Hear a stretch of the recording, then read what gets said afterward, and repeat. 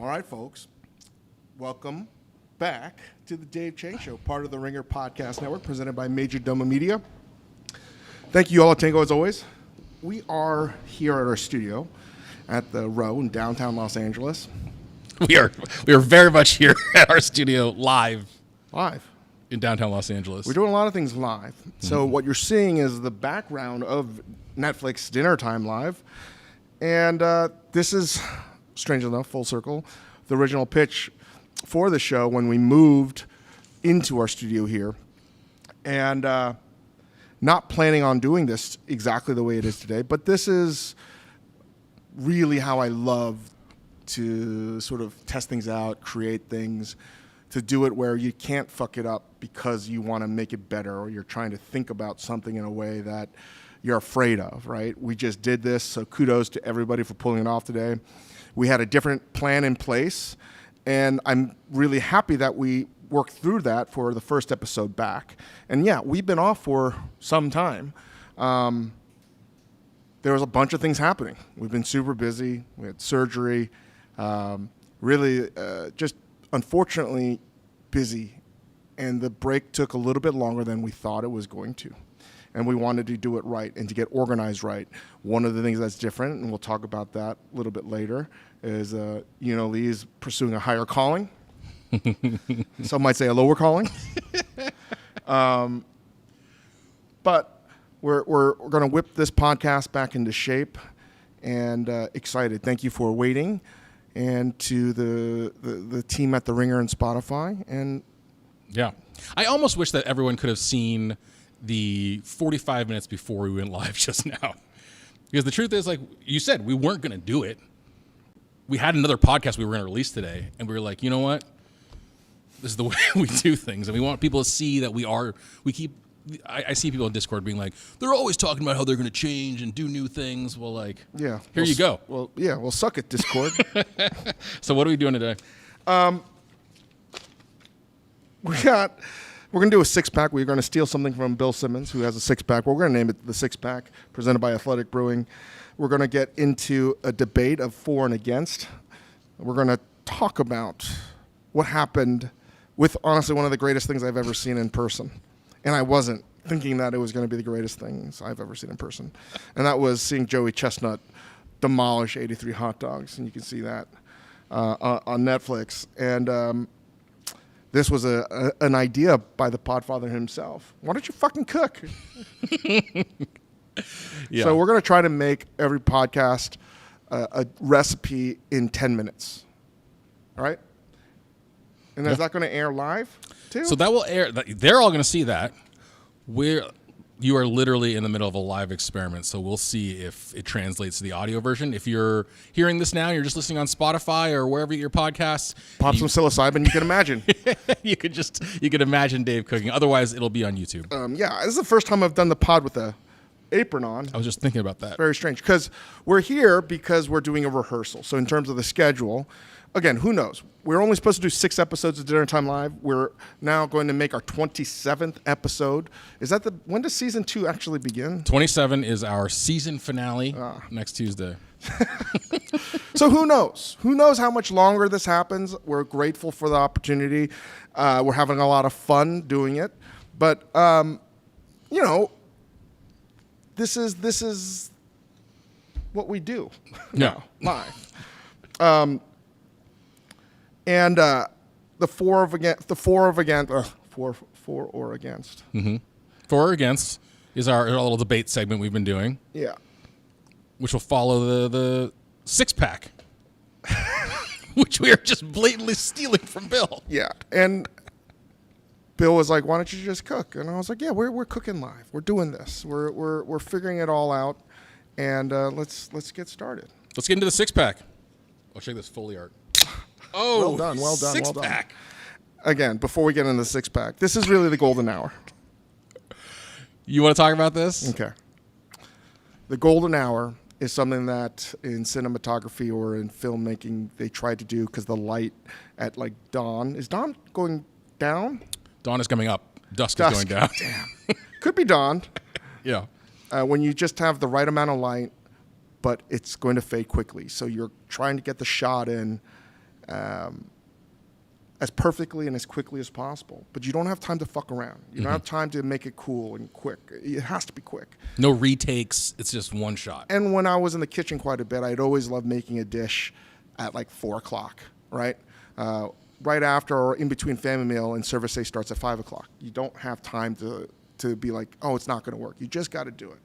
And this is the embodiment of that. Yeah. So. You always say, like, that's when the specials are, that's when new recipes happen. That's when new recipes happen. You can't overthink it. You literally don't have time to overthink it. And clearly, we didn't overthink this. Like, you guys can't see, our production person is adjusting cameras right now as we're doing this. So 6-pack number 1, first beer. We had an earthquake here 2-3 weeks ago. Mm-hmm. We were upstairs in our office. In the meeting room, I think we're having a conversation about the podcast itself. Yes. And the first earthquake I ever experienced was in 1999 in Japan, and it was terrifying. I grew up on the East Coast. There was no such thing as an earthquake, and I was really scared. Yeah, rightfully so. And I've now experienced a handful here in California, and 3 weeks ago there was the epicenter of it was downtown near Pasadena, and we're in downtown, and our building started to shake, and I stood tall. Jesus. Dude. I stood tall, and I saw Chris try his best to go under the desk, under the table, and I said, "What are you doing?" Okay, I'll let you tell. It's like we gotta hold up the ceiling, man. First of all, it was a big quake. It was like 4.5. And it was maybe the first time, when I was thinking about that, maybe the first time I've ever been on like the 4th floor for an earthquake. And so we have these like acoustic tiles in our ceiling, and they were all shaking back and forth. I will say, in Dave's defense, Did I flinch? You definitely froze. No. No. In your defense. First thing I did was I have to call my wife. I have to make sure that our kids are safe. You know what Chris Ying did? I have to make sure that I'm safe. Okay. If I'm not safe, I can't Jamie, take care of my Jamie, just so you know. All right.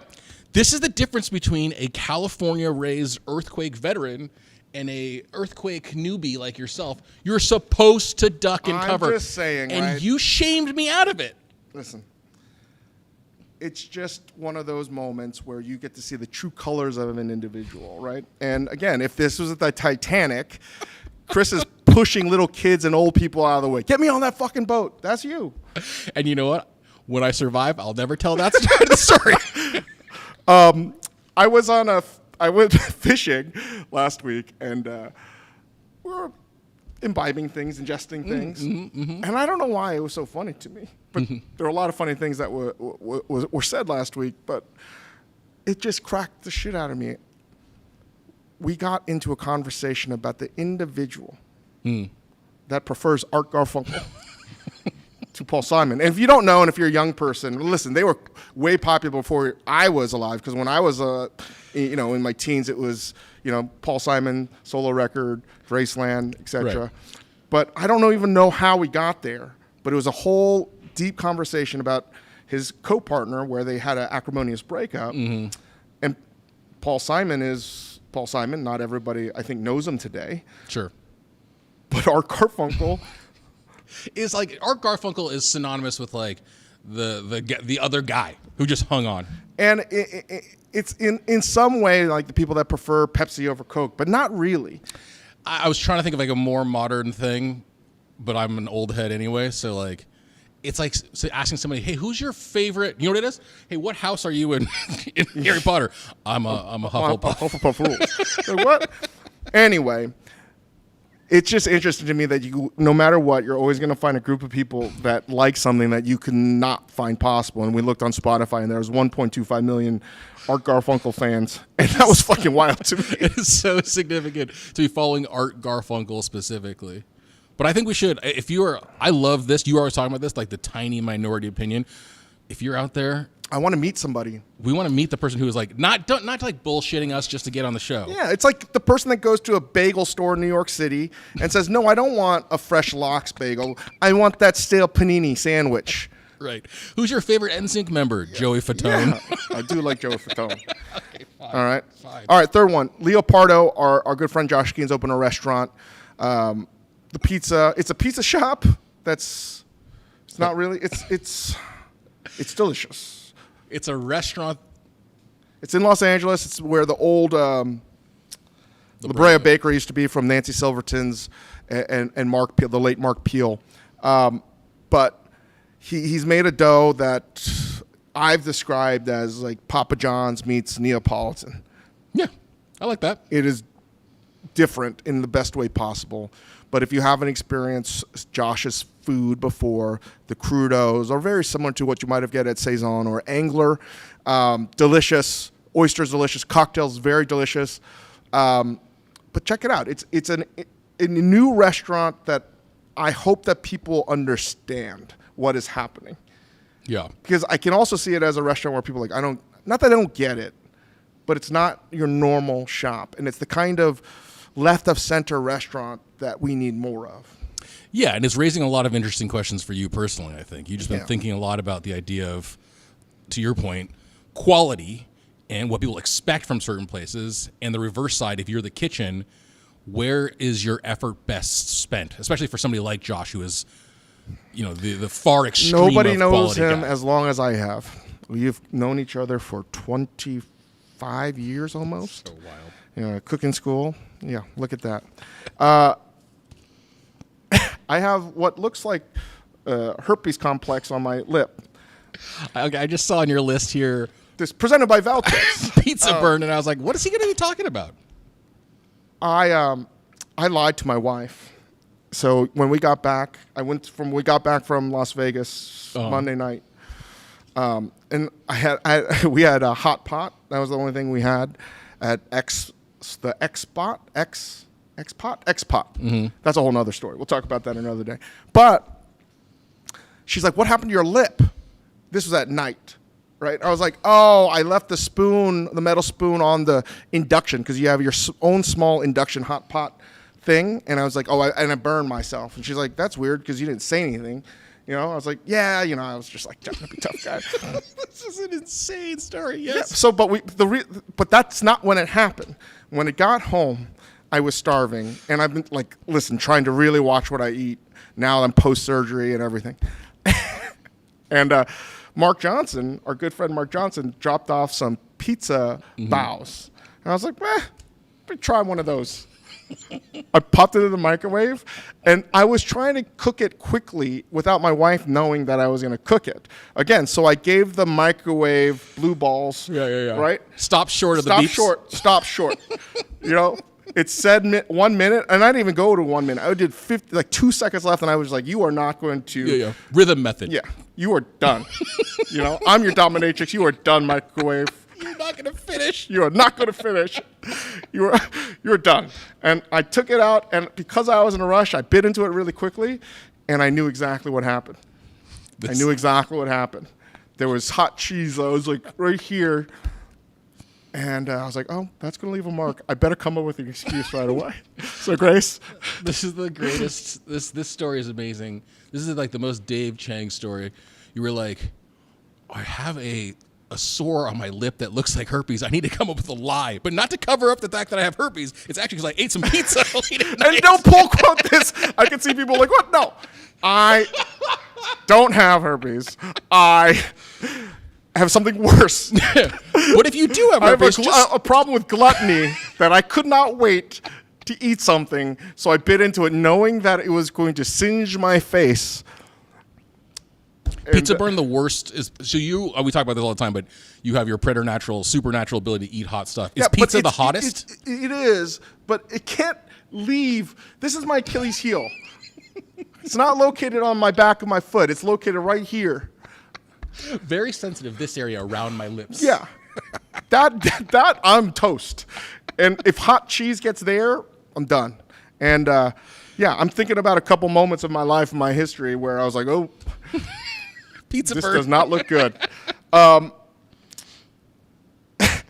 bringing this up. So the neck surgery, I might have to get another surgery on my L5, a disc replacement. This has been going great. So he's like, "You need to lose more weight." I was like, "Okay." And then he's like, he pulls back. I was like, "What are you going to say?" He's like, "What are you going to say?" To my surgeon. He's like, GLP drugs? I was like, I knew it, you motherfucker. No, I'm not on it, but I was just saying, like, I've now met way too many people in both coasts that are on this. Yeah. And the funny thing is, they're not. Some of them are just. I would be excited to be the weight of the other person that's like now on GLP, because they're not trying to lose weight. They're just trying to stay skinny. Right. Let me ask you this. What is holding you back from doing it? Pride. Yeah. That's how fucking weird my pride is. But isn't that pride tied to exactly what you said? If you're already skinny, in shape, it's like, I need this to maintain. But if you're our size, you're like, I can't do that. That's cheating.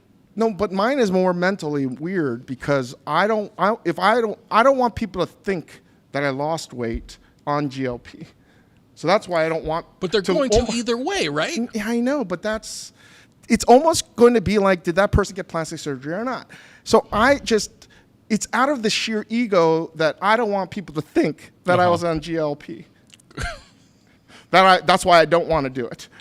But the problem is, the paradox is, if you do lose it, because we had Josh Peck on as a guest, and he was like, dude, I lost 100 pounds. Right.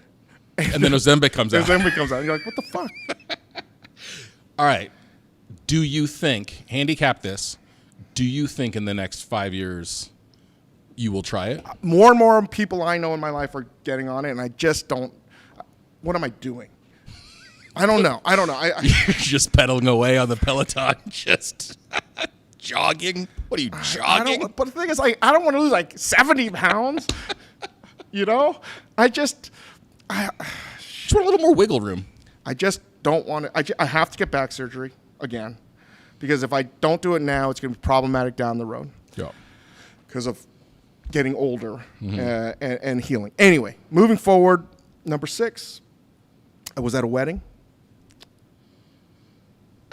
And it's a little bit like we were talking about a long time ago about wearing double straps in your backpack. That's cool. And growing up, it's very similar to the scene in 21 Jump Street, the remake, with one back.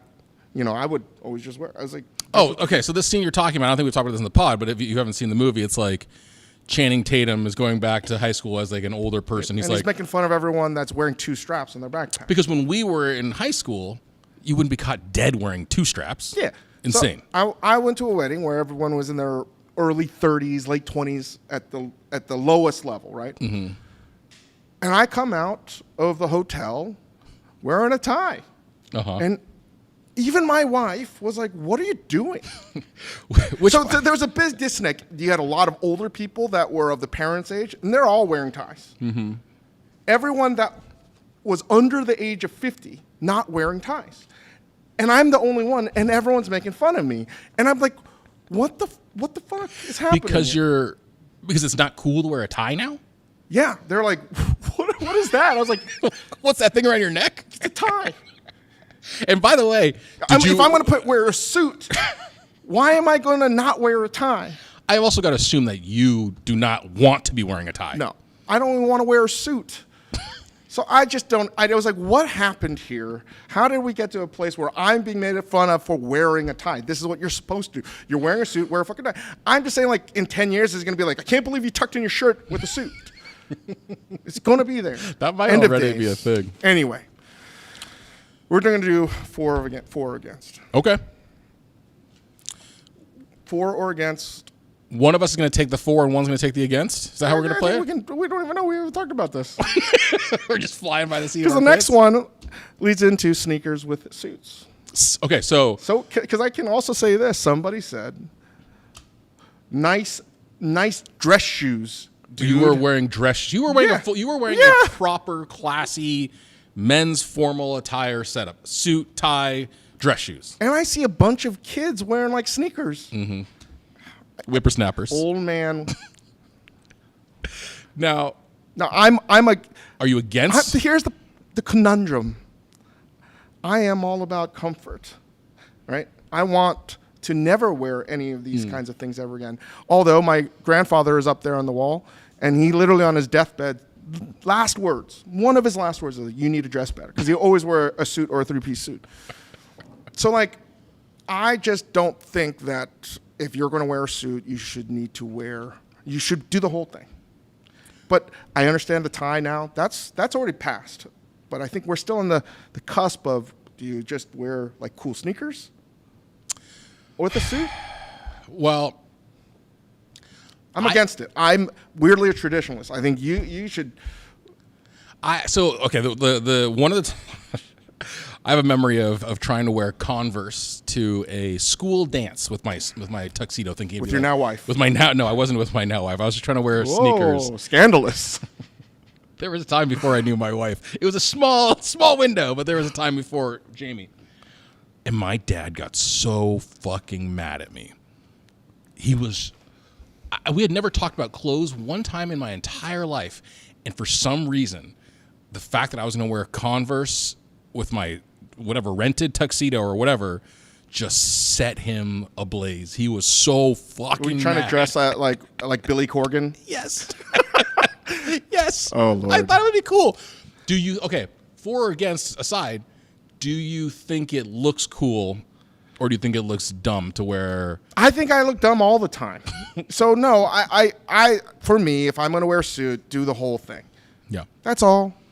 And I'm again torn because it's getting to a level of total comfort, right? Which I should embrace. But isn't it for somebody like too paradoxical? Somebody like you who is like, I always look dumb, which you overstate your inability to dress. Like you have a sense. But wearing sneakers sort of exposes you to one more thing of like, who does this fucking guy think he is? What's he think he's doing? Whatever. Sneakers with suits. I was back in Wyoming, and I this is our new second bit to for and against. So we're all both for. We're both formal. Keep it formal. Keep it formal. Keep it formal. Getting back to food, I think I'm team bison. I'm for bison as a meat. I am against bison as a meat. Listen, I had a beautiful at this wedding. I had a beautiful, which is shocking because I thought it was going to be garbage, tenderloin, and I hate. But honestly, it was cooked so well that I thought that it almost was like a kami, like bluefin tuna. Really? Yeah. And I was like, oh, that's delicious, and it's good for you, and it has more omega-3. Really? Yeah. Wow. From a taste perspective, it was not just like. Usually bison is just like, it's like beef, but leaner. This was delicious on its own. Wow. I think I'm team bison. And ground bison, my kids eat that now, so I think I might have to buy half a bison. Because that's the only way you can buy some of this. Or you can't you got to freeze it, but, Can you hunt bison, or is it all farm-raised bison that people generally eat? I don't think there's. If you were going to hunt bison, not that I'm a bison hunter. It's not much of a game. I mean, unless you're running around screaming Tatanka or something. Was that buffalo or bison? Buffalo. They're the same. Is there a difference? Is it the same thing? Oh my god! One's a football team. Bison versus buffalo. Bison and buffalo are both large, horned, ox-like animals. Voice of the internet, folks. Bison have a hump on their shoulders, which buffalo do not, and buffalo are pissed about it. I guess I'm against. I'm for bison meat. I think it's gonna be something that is more of on the Chang household. But I think I'm against only because I haven't had the experience you're talking about. But even if it doesn't taste good, you can make it taste good. I guess that's true. Even ground bison. You know what I mean? Can make ground whatever tastes good. That's what I'm saying. And it is better for you, and I think it's better for the environment. So, all right. I'm on the fence. All right. 3, goat cheese. Goat cheese, I'm against. As a whole, I'm against goat cheese. I don't like goat milk. I don't like goats. Goats are cute until you get up close and look at their crazy eyes. And 3, I hate goat cheese. Chev.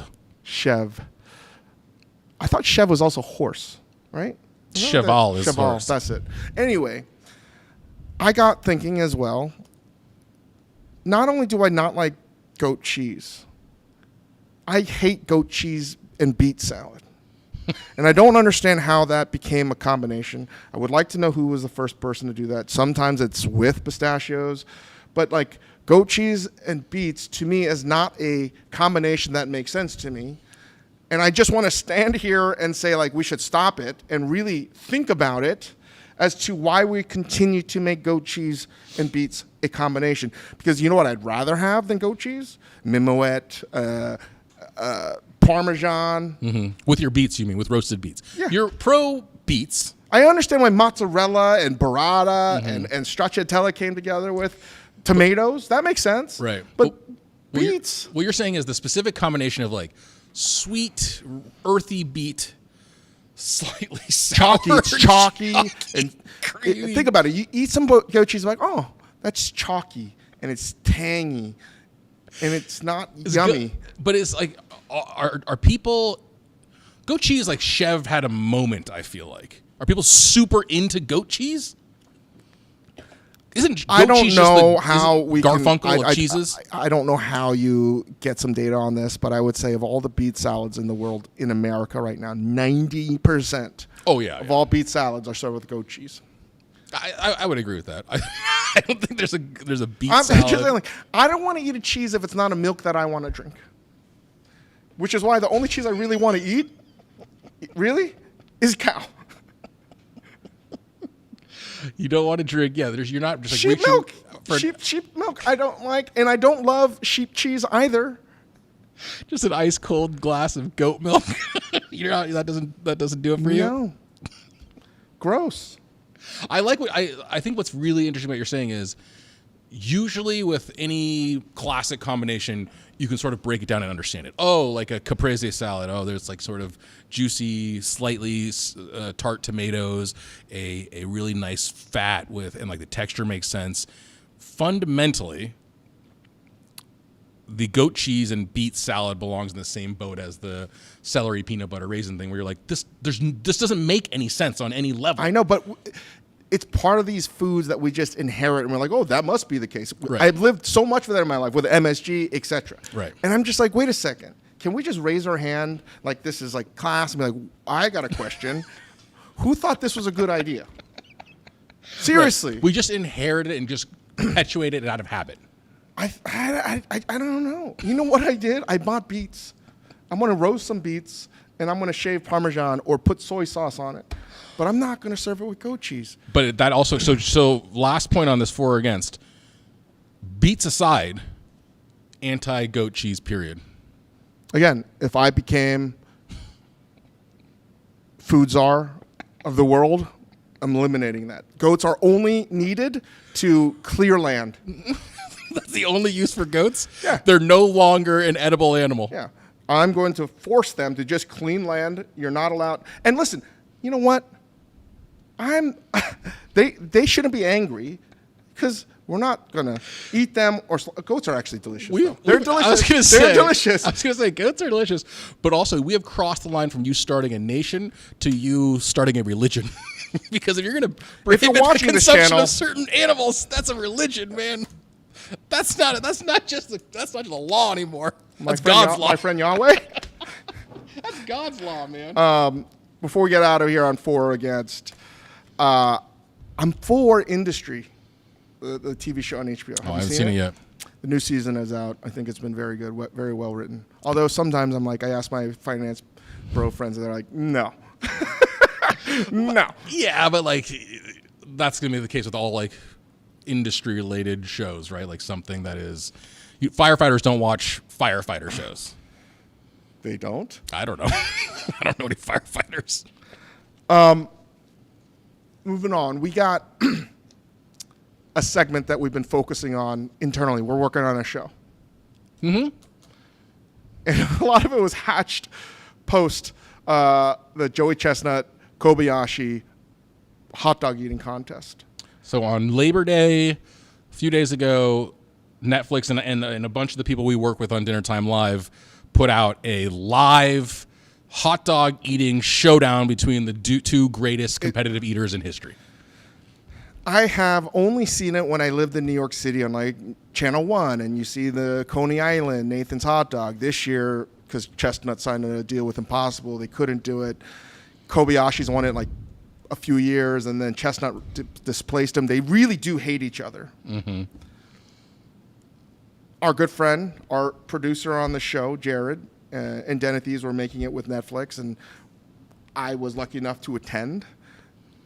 I gotta say, I was completely shocked. It was one of the most surprising events I've ever experienced in my life. Really? Truly.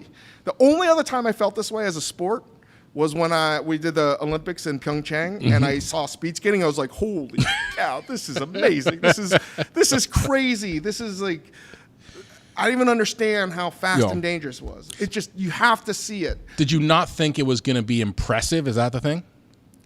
I was like, I thought it was going to be gross, and I was joking the entire time. I'm going to try to vomit. I was trying to vomit because I wanted to recreate that story that happened in the airline when the dog pooed and had diarrhea on the plane, and it caused mass vomit on the plane. And I was like, you know what would be good TV? Yeah. Just getting everyone to mass vomit because it was sort of gross. I really did. I was like, you started this as like our good friends who work on our show put on this thing, and my plan was to throw up on their live show. Because I was like, the idea of it is gross. It's disgusting on every level, yeah. It was disgusting on the highest level. Yeah. I couldn't understand it. Yeah. And then watching it. And so, for those who didn't see, you should watch it. But it was a little different than the traditional. So, like the traditional... There's no casing on the hot dog. Yeah. Kobayashi, years ago, like in the early aughts, was the first person to figure out how to deconstruct and eat the hot dogs in a different fashion. So we would eat the hot dogs first, dip the buns in the lemonade, and then he had like 50, and then he had 60. So just FYI, because Chestnut was not in this year's Nathan's Coney Island hot dog session, the person that won it had like 52 hot dogs. Okay? Kobayashi had 70-something, and Joey Chestnut had 83. By the way, it's shocking that the line for the delta between Chestnut and Kobayashi, I think whoever makes the lines in Las Vegas should become Federal Reserve Chairman, because I have no idea how they nailed it. What was the line set at? It was like 11 and a half, and it was 11 and a half or something like that. That's shocking. That's insane. That's insane that they can set the line on a sport that happens once a year, or this has never happened. It's never happened in this way, because this setup was they were going to have to eat the hot dogs 10 whole, minutes. and the casings were removed. And they were also drinking very hot water. 120 degrees water was the temperature. So people don't know that. That's like really hot to help them digest. I see. And Kobayashi, listen, the difference is this. Kobayashi is also jacked and ripped. Joey Chestnut's super thin. The face of Kobayashi is smaller. So he needed like 3 to 4 bites per hot dog. Joey Chestnut is larger. He's like 6'2", 6'3", bigger mouth. He can like distend his jaw, and he was like a cartoon character. Oh. How many? Like 2 bites. 2 bites. Sometimes it was like 1.5, and it was like a boa constrictor. Just like I was just like, oh my god! For 10 minutes, I was like, what is that? Holy shit! Going into it, did you think, was there some part of 83 in 10 minutes? Was there some part of you who thought, like, I can hang with these guys? No. You didn't think beforehand, like, maybe so I can keep up? The undercard were the Ryan Lochte and some of the gold medal swimmers in America, and they went against this guy, Mikey, whatever. Can't remember his name. It was a hot wing yelling contest. I have a whole qualms about chicken wings. It should have been boneless. It should have been chicken fingers or whatever. Anyway, these big strapping swimmers, each ate 12 wings, each 36 wings to Mikey, who did 56. Okay? During the Chestnut competition, they were behind me, and I was talking to them, and they were like, yeah, that was really hard. I thought that was like rigged or something. I was like, no way. You could eat more than 12 in 2 minutes? And they're like, no, you can't. You can't. And I was like, and they felt ill. One of them was like, oh, my side hurts because of the chicken. I was like, whatever, dude. But do you think it's so? But the difference is 2 minutes. I probably can eat 60 chicken wings in an hour. I know I can. I know it. Maybe I've done it more than once in my life, right? But to do that in 2 minutes, you just don't think about it, right? So that's the interesting part that you talked about this a little bit since you came back, but like that's the part I never really considered, that it's less about just how much can I physically fit in my stomach, which is a part of it, obviously. 83 fucking hot dogs is outrageous. But the mechanics seem to be a huge part. Like the actual act of how you get a hot dog or you get a wing like into your mouth. Again, the wing, the semantics of that, we can't talk about it today. I'm not on live TV. 12 is low for 2 minutes, I'm going to say. Yeah, gold medal losers. But I finished watching that, and this is a genuine feeling that I had. I was like, I was happy to witness greatness. As crazy as it sounds. I was like, oh my God. In the history of the world, he's the greatest of all time. Yeah.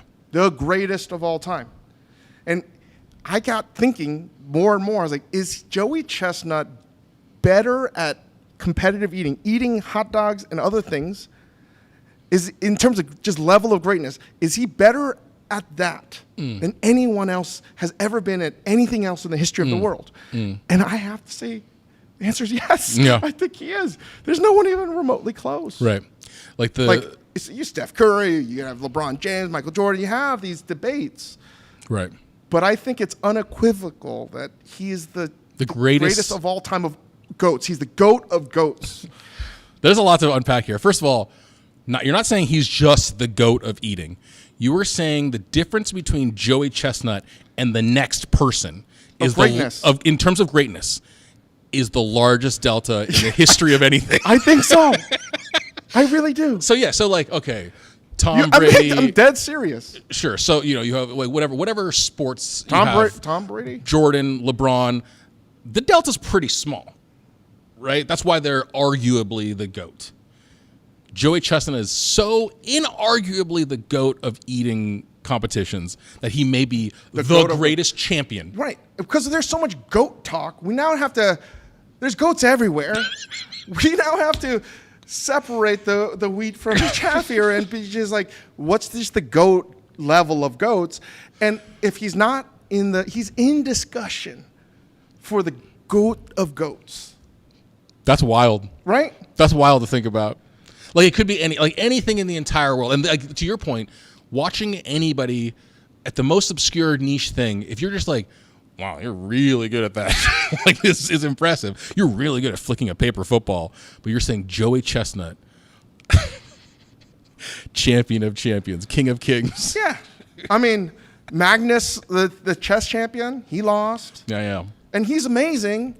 But again, how do you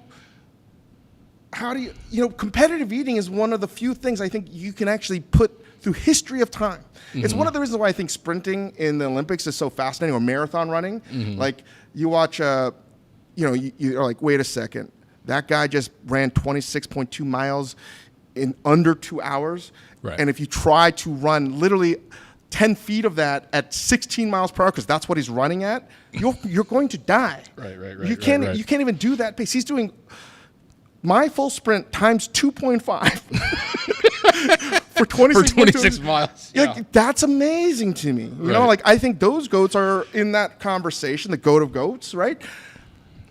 Same thing with, say, whether it's a Usain Bolt or something like that. He's like, wait, like we can empathize because, yeah, I've tried to run fast, but he's way faster. Yeah. And you can honestly say that he's probably been the fastest human in the history of the world. Yeah. Right up there. Sure. You can't say that too much. You can't compare sports. You can't compare through decades. Science, you really can't compare through decades. Maybe chess you could, but competitive eating, you could literally, for millions of years, go back and be like, well, this guy's the best of all time. Nobody, and I have to say he probably is, because they're not training the way Chestnut trains like a lunatic. 3 gallons of water, and he eats, and he's just like, just tries to pack it all in. And take this in all seriousness. It's not clickbait or anything. I'm like, think about it. Just maybe take a bong hit or something. Think about it, because that's what sort of happened. Think about it. Right. Like, is he truly the greatest of all time at what he does? And there's not a single person in the history of the world that's better at it than he is. give me anything, and I think, yeah, you could probably say, like, that person in that era could have beaten them. I just think there's one out of the how many billions of people we've had on this planet. It's amazing to think about. I mean, yeah, Usain Bolt, fastest man in the history of the world. There could have been someone faster. Could have been, and when he's racing, listen, it's impressive. I'm not taking anything away.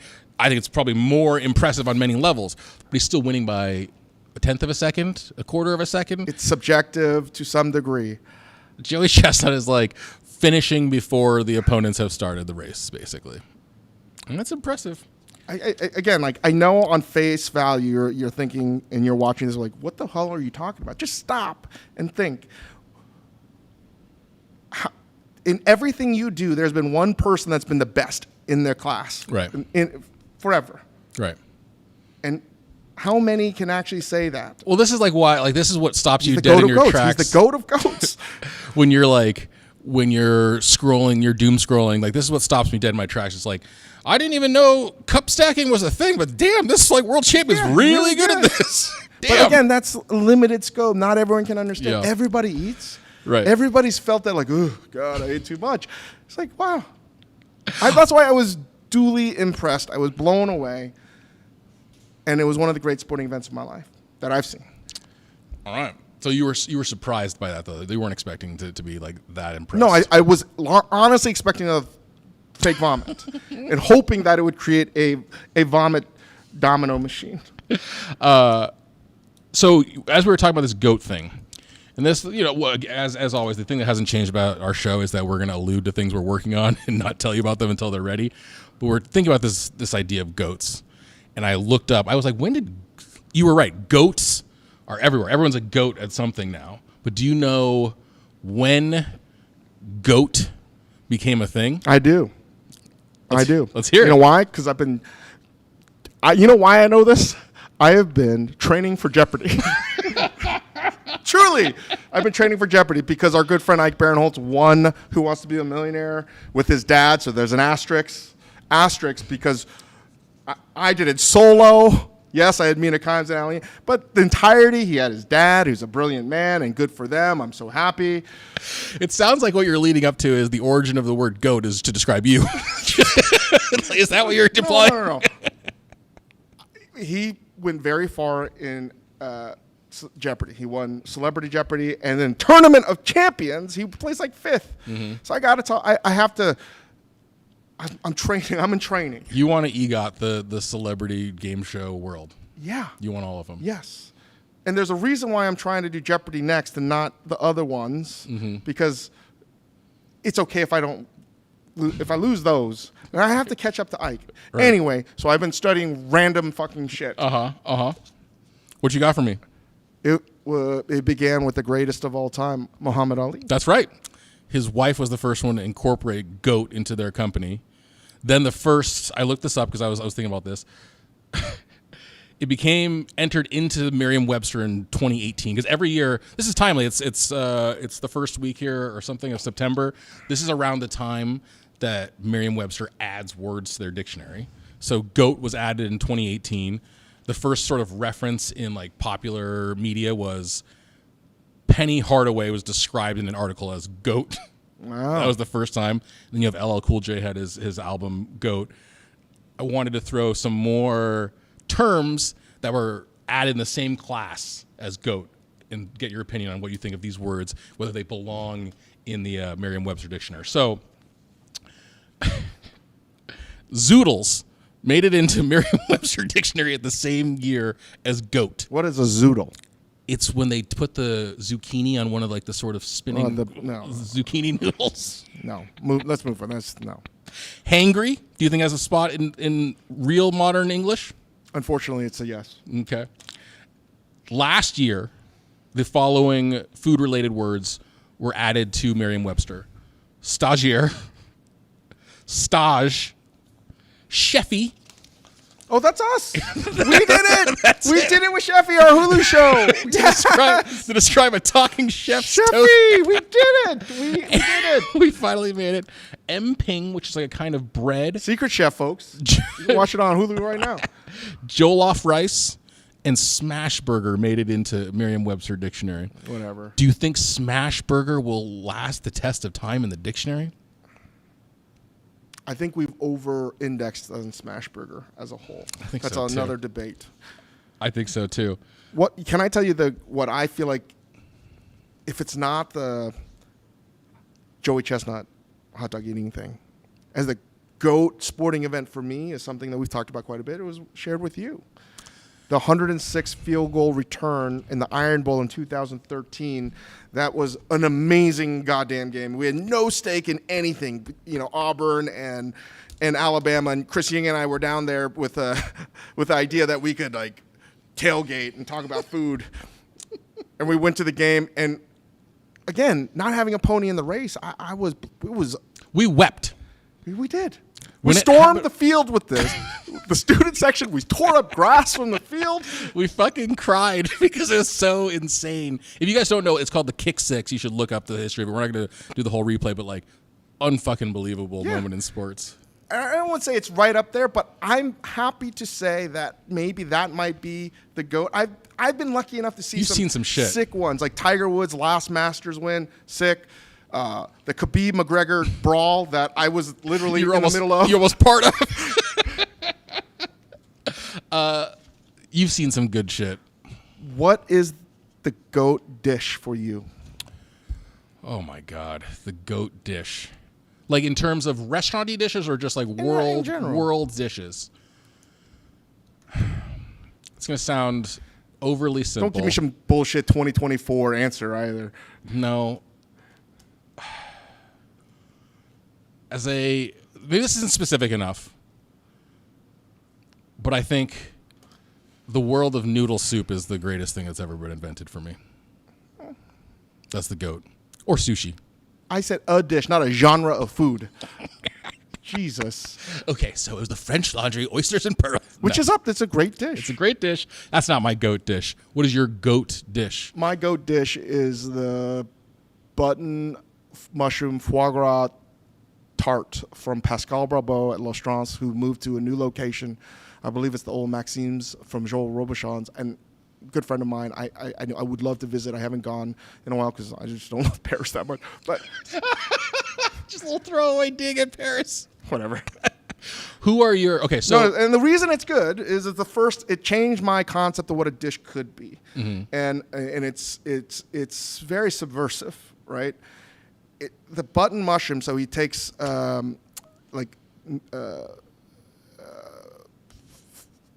brick pastry to some degree, and it's changed over the years. I don't even know if he still has it on the menu. And he takes foie gras, and he's making this a la minute. Before we made it together, when we did a dinner together in front of the guests, he'll slice the lobes of foie, he marinates it in verjus, which is a fermented, not wine, but it's unalcoholic fermented grape juice, and soaks it in there for like 10 minutes, and then he starts to layer this tart, and he starts to shave really nice button mushrooms. And you can get that at the supermarket, but what people don't realize is button mushrooms can be extraordinarily fragrant and have a lot of nuance and subtlety and a wonderful aroma. And he shaves that on that, and he puts a little hazelnut powder, and he stacks it up. So it's this beautiful pillow of foie. Yeah, it's beautiful. But it's not about the foie. The foie is used just for the acidity and the fat to deliver the aroma to your nose when you're eating it. So it's just this fully immersive experience that's something like super humble, but it's a contrast of the lowest ingredient and a very high ingredient. He has a little citrus paste, and he has hazelnut oil. No, he's porcini powder as well to, again, enhance that flavor. And the hazelnut oil just ties everything together, and I just think that was for me, I love contrast in dishes. That is the best dish I've ever had. I think it's the best dish ever made, in my opinion. And like to your point, like the subversion of that, of just like, this is about literally the humblest of the mushroom family. Yeah. Like you could do it with infinite number of fancy mushrooms. And it's not about eating foie gras, of course. It literally is about the fat as a vehicle for everything else. So I just think it's cool. It's also extremely delicious.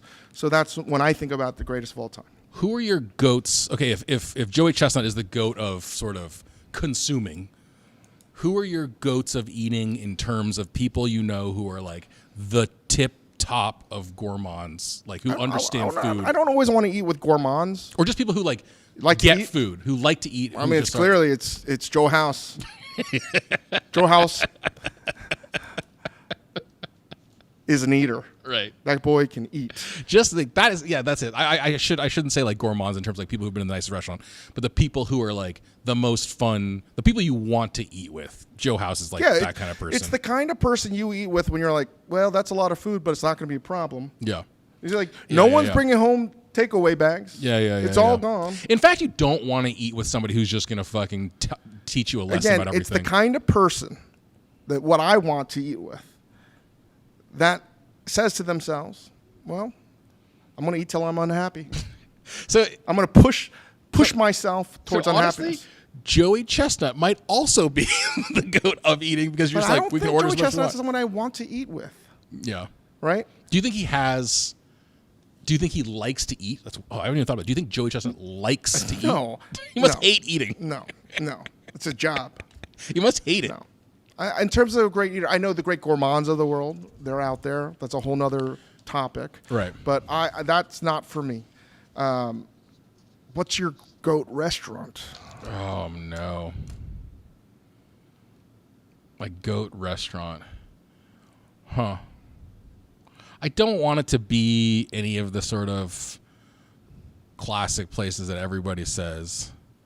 Well, why not? Because platitudes and things that become, commonplace, they're there for a reason. But like, it's like that's not like for me. It's like those are like the Nomas of the world are meaningful to me because they were eye-opening experiences in that way. That you eating the button mushroom foie, millefeuille or whatever is informative to you. But like to me, I want to just as easily say like there used to be this restaurant called Jumbo in Hong Kong that my parents would take me to when we went to visit Hong Kong. It was like a floating restaurant, which you sometimes have in Asia, and like the seafood tanks are literally like under the like water, and they just pull out whatever seafood. I don't remember a lot of details, but it was for me a great restaurant because this was a place where my family, it was cemented in my brain that like we care about food and eating experiences and being together and dining as a thing. So for me, like that was what makes it. A goat people, restaurant. I didn't ask Chris his greatest Pixar memory. Okay, I said your greatest restaurant, and you gave me Jumbo's. Okay, so it's all right, moving on. Jumbo's Clown Room here in LA. What's your goat restaurant? I mean, again, like it's easy for me to say. I've eaten at many, I would say most of the great restaurants in the world. And of all my meals, the one that I think about the most and I still put on a pedestal is my meal at LB.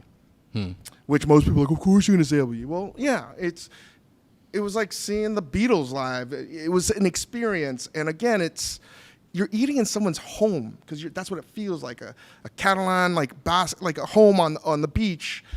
It just doesn't feel like you're about to get the most modern culinary experience and fuck with your head, but also be delicious. And, and I'd say the goats, to be honest, in terms of chefs, are Ferran and Albert Agia. Like nobody, for me, they don't get enough credit today still.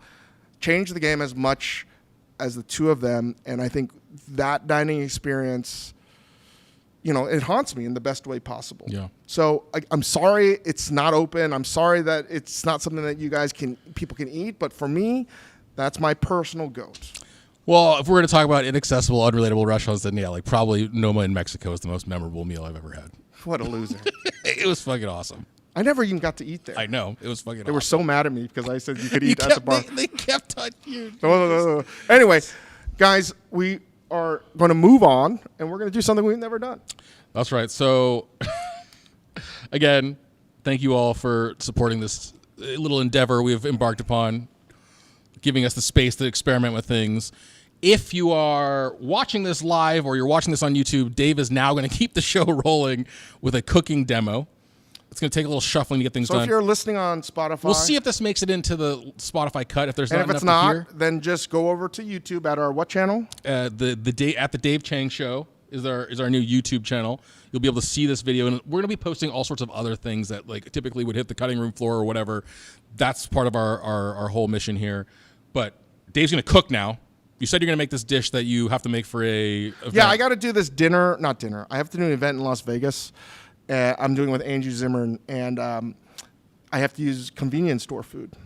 So I thought, because I'm a competitive person, Andrew's dish is going to look good. And I wasn't trying to, I was like, fuck, what can I do? What can I make? And we have a lot of junk food in here because there's like craft service stuff always here. So there's a lot of chips, a lot of jerky, things like that. So I was like, yeah, you know what?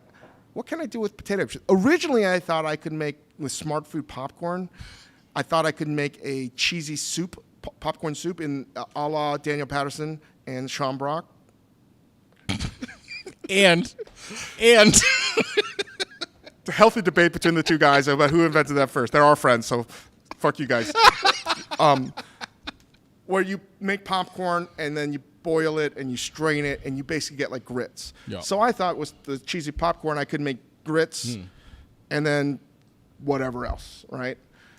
And I was like, no, I don't want them both mad at me for taking the dish.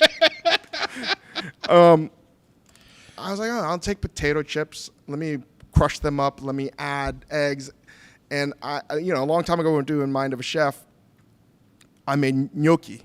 I was like, what if I just actually took the potato chips that dehydrated, add eggs, some water, with pulverized. It has to be instant ramen noodles. It can't be the momofuku because they're not deep fried. Mm-hmm.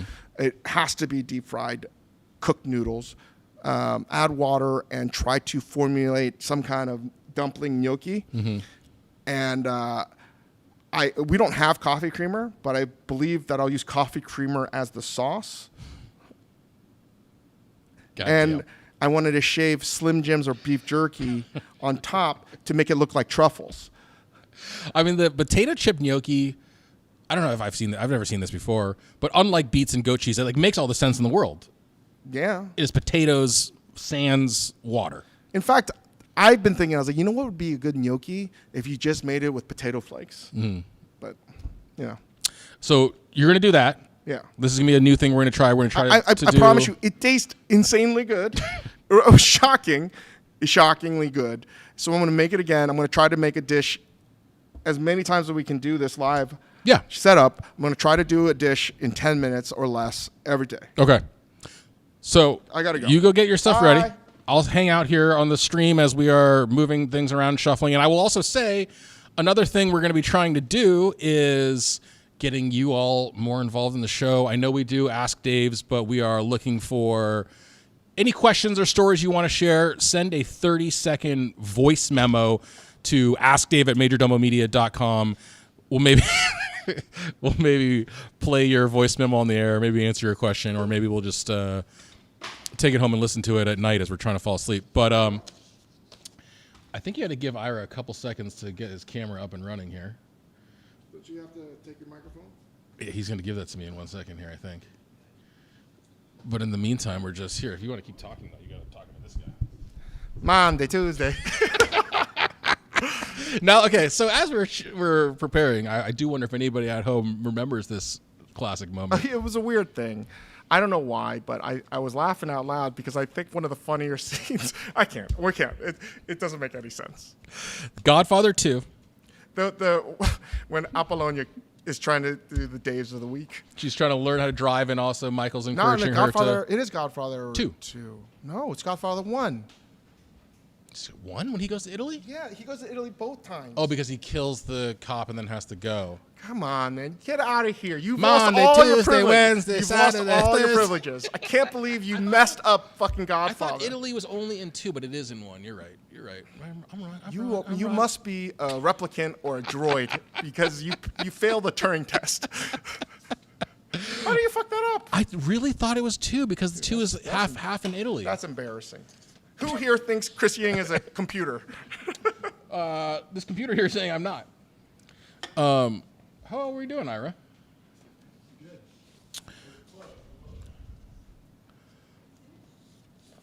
So,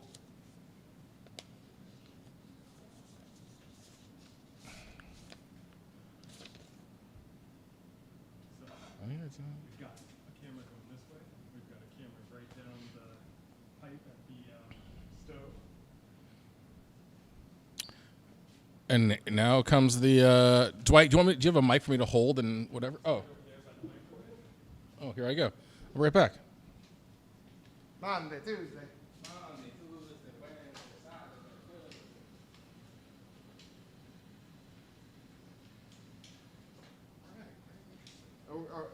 Is this can I go? Yeah, we're going.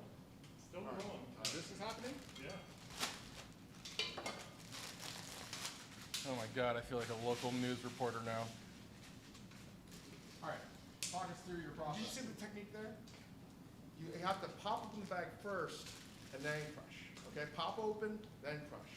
Usually when you're And you might ask in the directions, in the instructions, like, how much pressure? So let me tell you how much pressure.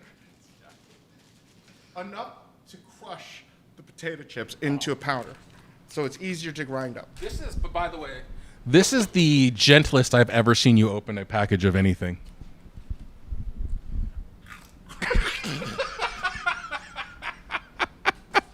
That was fucking stupid. All right, 1 egg, 1 bag of potato chips. The fried instant I'm ramen. hoping that I get to use like one that's a single serving cup. Oh, when you're doing this in the demo. Yeah, I refuse to name the. A certain company. Fuck them. But, all right. Yes. Yes. All right, so will you talk through, like, typically gnocchi is potato, flour, egg, like all the components you have here anyway. Mm-hmm. And Oh yeah. what are I the put it sort of- here. What are the sort of replacements you've done here?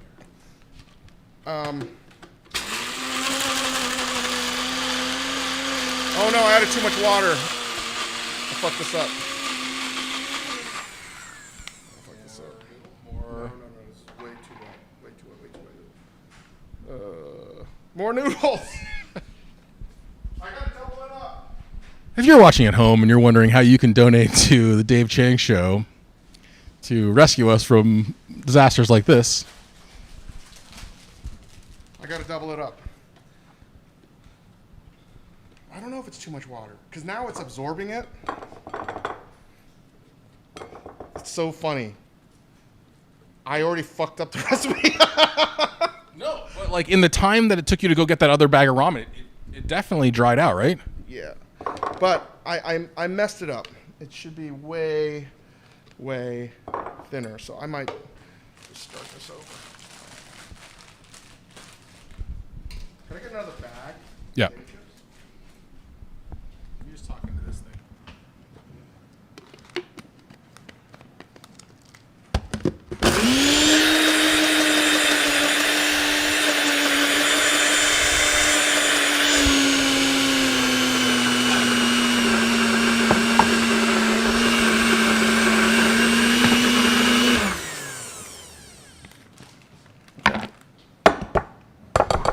That's what I should have done. Again, right pressure.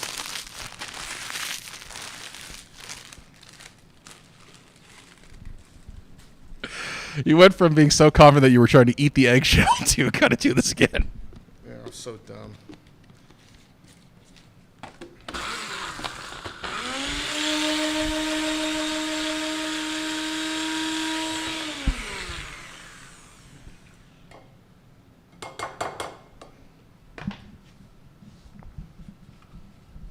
Can you see this, Ari? I'm gonna show you.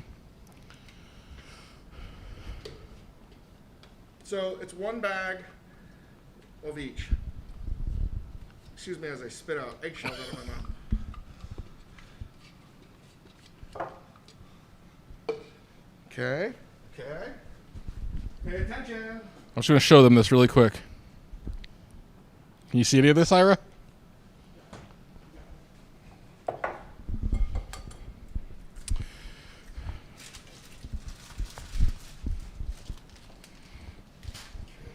I feel like a real Jackie Maloof over here. I don't know if people even know what the hell you're talking about, Jackie. Well, we're Been a talking. while. We're gonna have Bobby Flay on the show, and Jackie Maloof was his comedian sidekick on his cooking show. That was early days. Early days Food Network.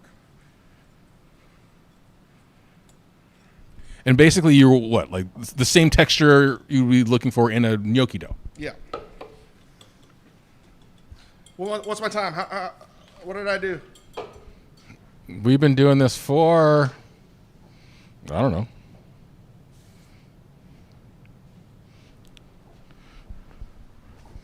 Five minutes so far. We're good. This looks amazing.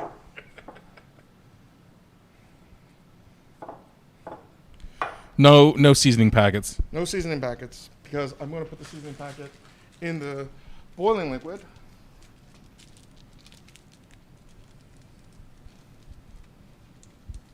Come on.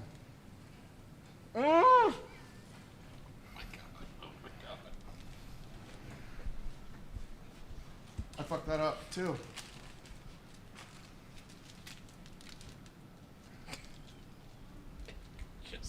Just ask me to put the seasoning packets in there. Don't worry about it. Did you see that move? I saw it. All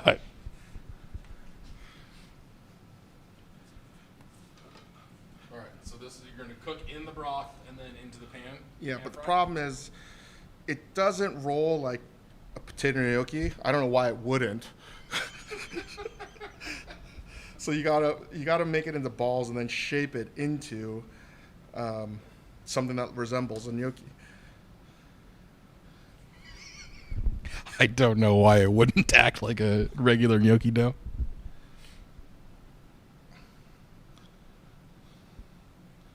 Okay, it's like a proto gnocchi. Shut up, man. Shut the fuck up. That's nice. No, it doesn't. It's gonna be better. Don't judge until it's done. Fair. But what's shocking is the texture on these are pretty good. Is the internet saying, what the hell am I doing? The internet's got all kinds of opinions about what we're doing here. What are you guys all saying here at home? We have a Magnus Carlsen stan who says maybe greater than Joey Chestnut.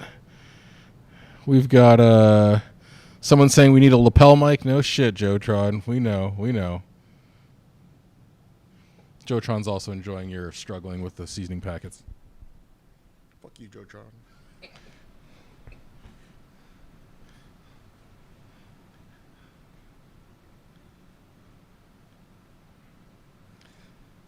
I can also say something that's like never been done before. No one's ever done this on live TV. Yeah, no kidding. We got to do this here because Netflix will be like, you're not going to make that on Netflix. You're going to make what? No.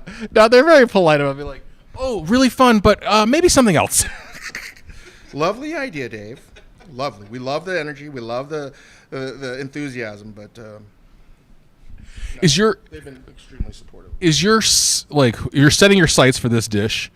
Are you like, I'm going to make a dish that's pretty good gnocchi for potato chips? No, this is actually fucking delicious, which is like why I was shocked. And Andrew, who helps us out on all things, was also shocked.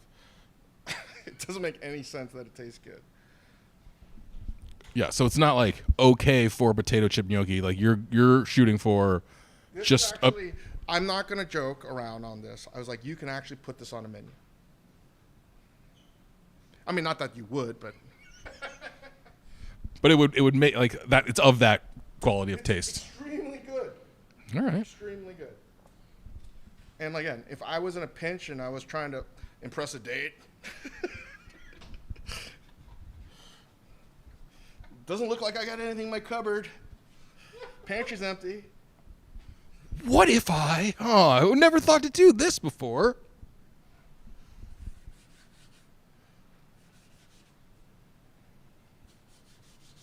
Time? We are at 9 minutes here, buddy. No. I'm going to hold one up for the folks at home to see. Get this, Ira?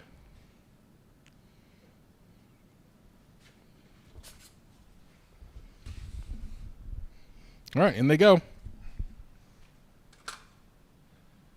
Yes. And I gotta wash my hands.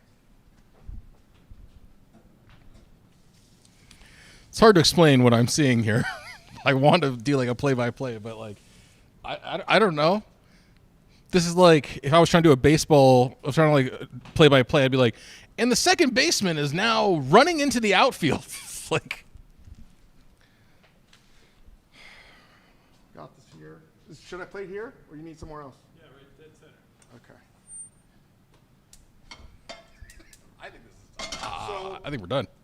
What I wanted to do is get a powdered coffee creamer that's unflavored, because anything else, that would be weird if you use flavor. Like a vanilla, French vanilla, that would be weird. I'm partial to Italian sweet creme. Yeah. So like, again, that would make it non-authentic. So pretend that this is going to be coffee creamer. They're holding up. Yeah.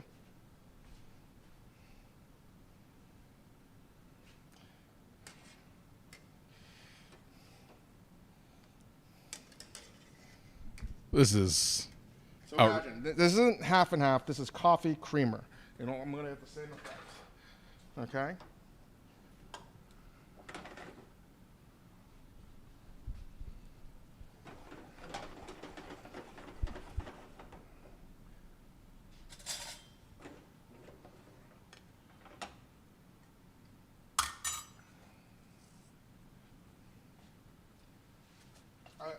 I need to reserve some of the seasoning packet, so just imagine I didn't use the whole thing.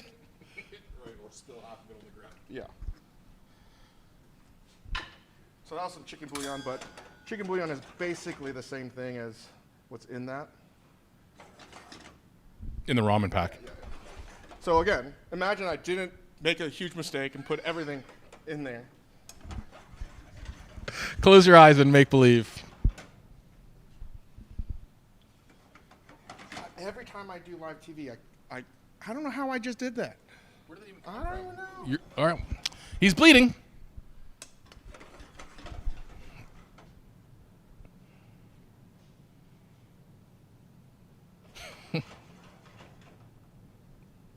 People saying terrible things. No, I think people are into this, man. Yes, Joe Tron, that was chicken bouillon that he just put in there. No, I mean, she's like, I don't know what's fucking happening. Look at that, man.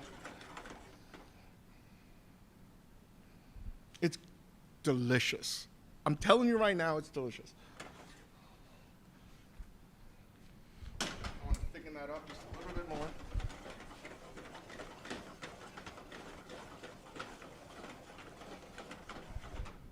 This is up there, man. I've seen some crazy shit come out of this kitchen, but this is wild.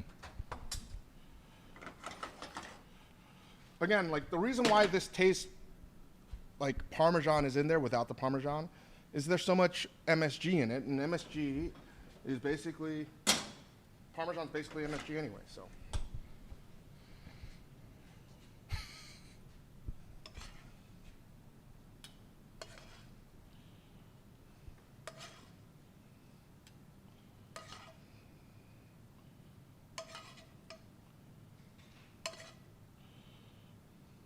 I know, I'm using a metal spoon in this, so. I mean, it's so cliche, but like, if you were watching this, you can absolutely do this and steal this as your own idea.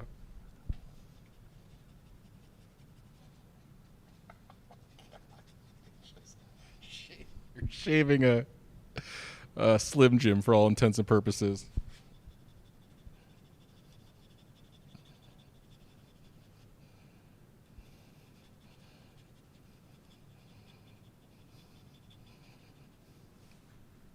Voila! Let's see how much time that was overall. 14 minutes, not too bad. What'd you do? I don't know, let's see. You take the first bite, I will hold.